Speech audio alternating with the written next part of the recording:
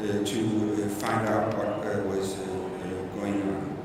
And also another point, the very common idea that the situation in Iraq and the upcoming of Islamic State is a spillover from the civil war in Syria.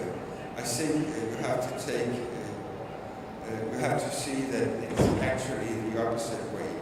Actually, the Islamization or jihadization of the civil war in Syria has a lot to do with the mistaken results of the war in Iraq.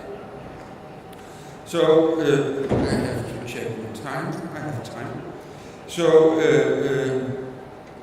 what is the relations now of Islamic State, of Al-Qaeda, and of Nusra? Yeah, Islamic State was banned for being a member of the Al-Qaeda network in February. It's the first time in the history of Al-Qaeda that they show some a group out. So it's quite remarkable. But they have been in disagreement ever since 2006.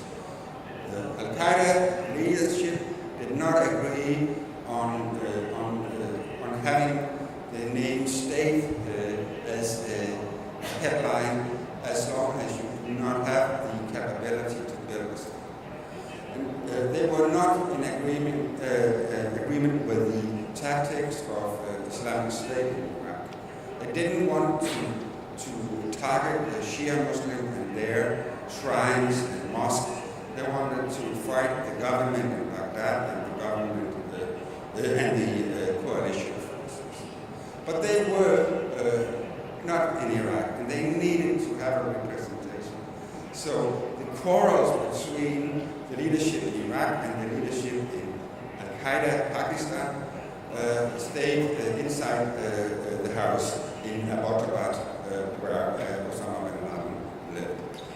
First, when we saw the documents coming out, we were aware of this. But this conflict came in the open during the winter 2013 and 14. And this also shows the very differences between Al-Qaeda and Islamic State. And the previous speaker pointed to the fact that Islamic State actually has a project that aims at building on the state, and they have been very well prepared. And I think this factor, together with their instrumentalization of violence, their ability to show that they are able to have victories, makes them more attractive than Al-Qaeda.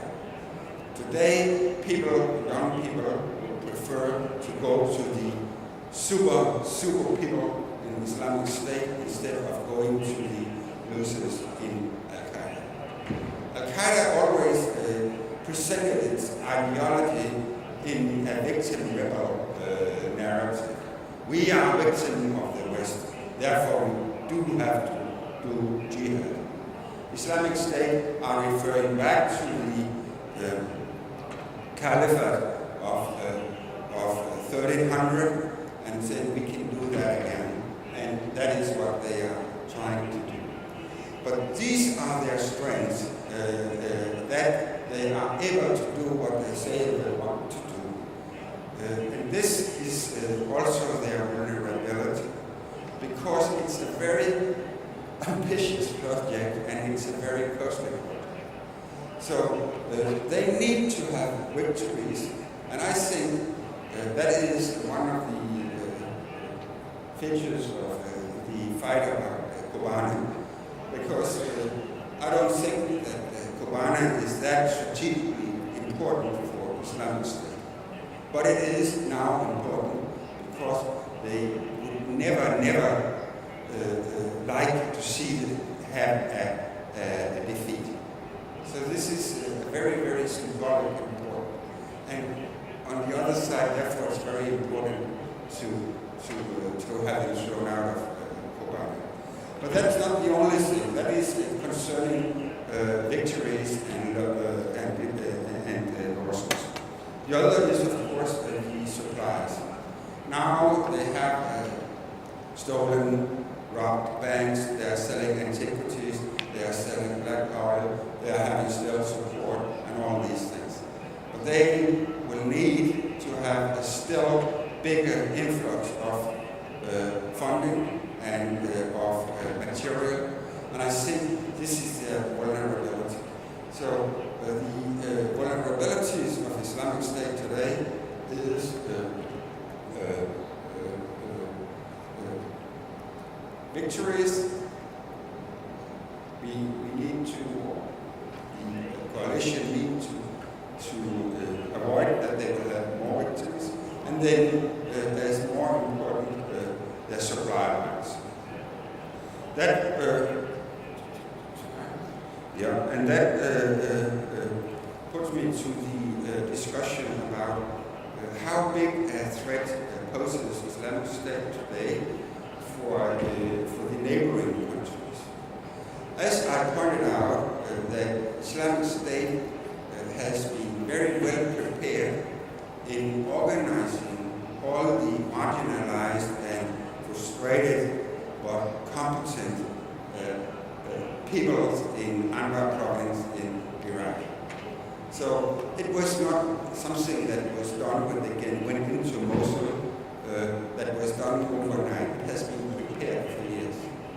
This preparation they do not have in Jordan or in Saudi Arabia or in Lebanon. So they would not be able, as I see it, to rush into these countries like they have done in Iraq, or for that matter in civil war toward Syria. But what they could do is inspire minor groups in Lebanon, in Jordan, in Saudi Arabia, in Turkey, and other countries to do something on their own hand and conduct terrorism in the name of terrorism. That we already have seen in attempts in Canada, in Australia, and we have seen it in Canada, we have seen it in Saudi Arabia, we have seen it very much in Lebanon, and so on and so forth.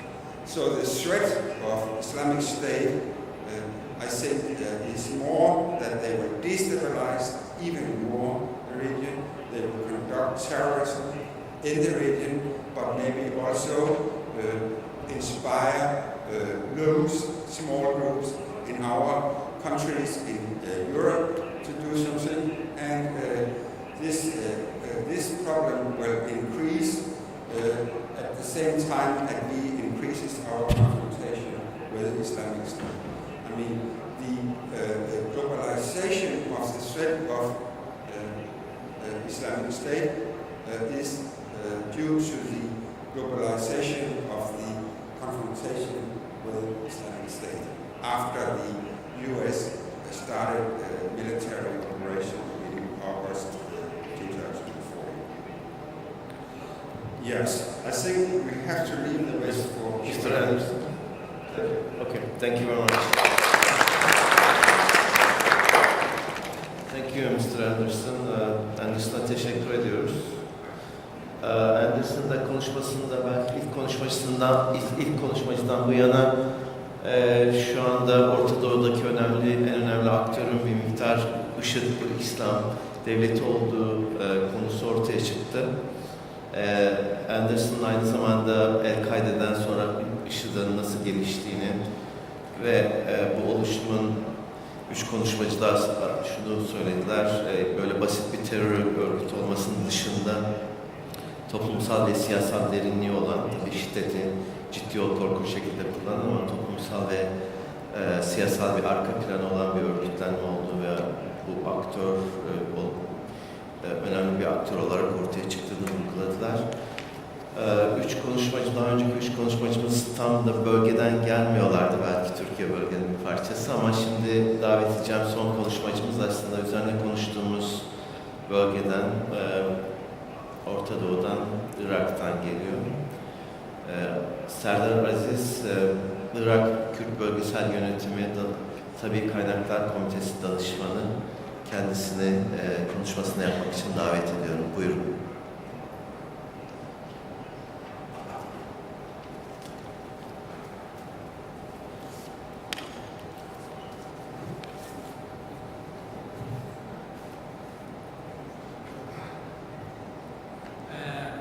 Until I establish my slides, thank you very much for the invitation and for this great opportunity to address this timely issue, which is concerned everybody, not only the region.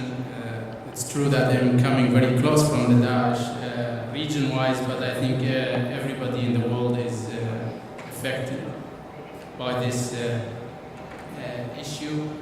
I have two sets of material to go through. At the beginning, I go through some sort of literature and conceptualization, and later on I will come to work on this geography, how the emergence of ISS, and especially coming to Iraq, changed the regional influence within Iraq and changed the nature of Iraqi state